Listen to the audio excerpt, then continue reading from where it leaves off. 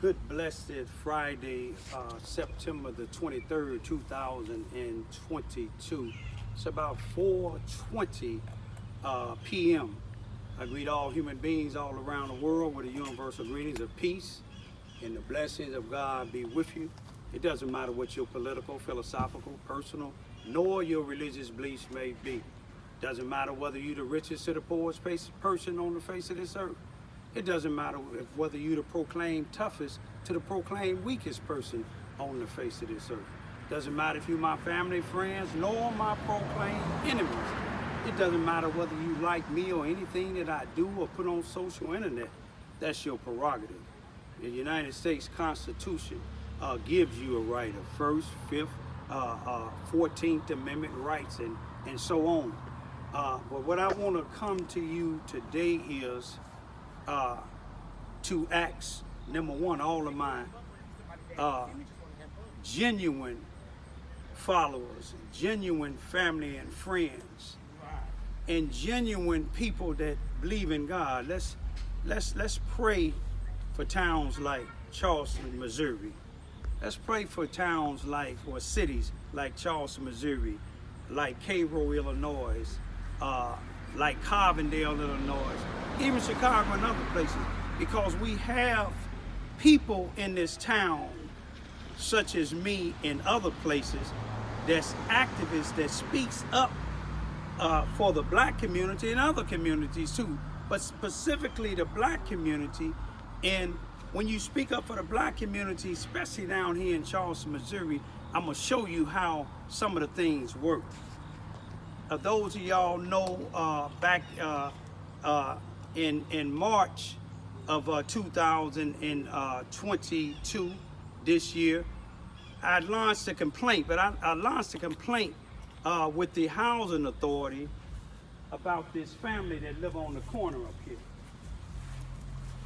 This family that lives right here on the corner of Vine and Wall Housing. It's a white family, and it's not that I'm doing it because it's a white family. I'm doing it because of the disrespect of the family and their children, their company, the children's company and the adults company. And the housing authority banned me from all the properties for solely complaining about that. Now, I've been complaining about it since November of 2021. November 2021. This is September, going on October. So that's been 10 months. But it didn't do no good. But let me show you how the housing authority got some of these Christians. Now, if the shoe fit, wear it. Some of these black Christians that ride past in their housing authority trucks and wave at me, some, not all. If the shoe fit, wear it.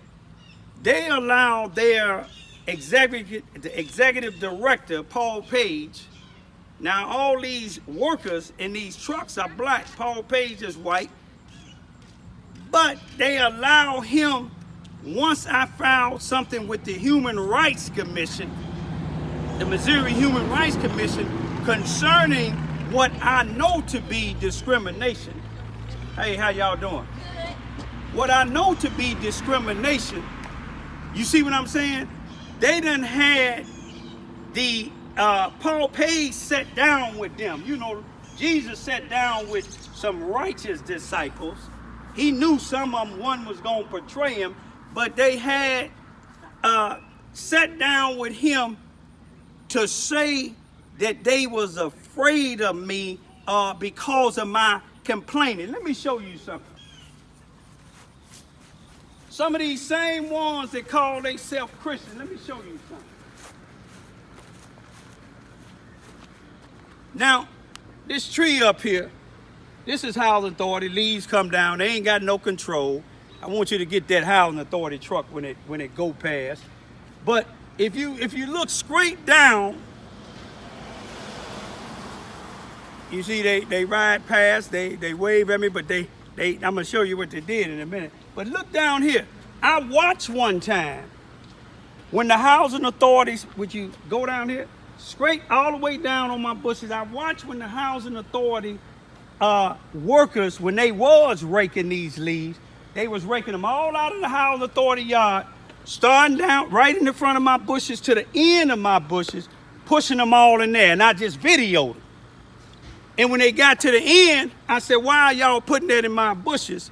And let me tell you what they said. They tell me, they call me Brother Ivy then.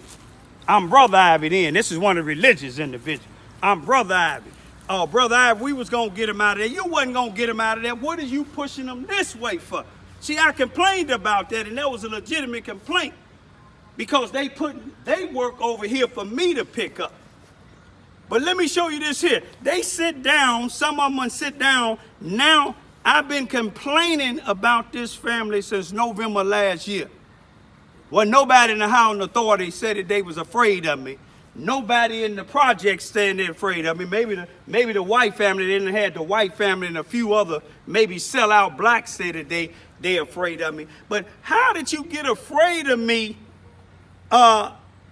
when I've been complaining since November last year? You wasn't afraid of me. But then when you wouldn't do your job, when these white folks and they black and white friends tearing up my bushes, there's on video, throwing trash in my bushes, even some of them coming at my door, beating on my door, and I escorted them off.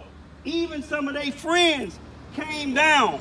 We got it on video, March the 28th, 2022.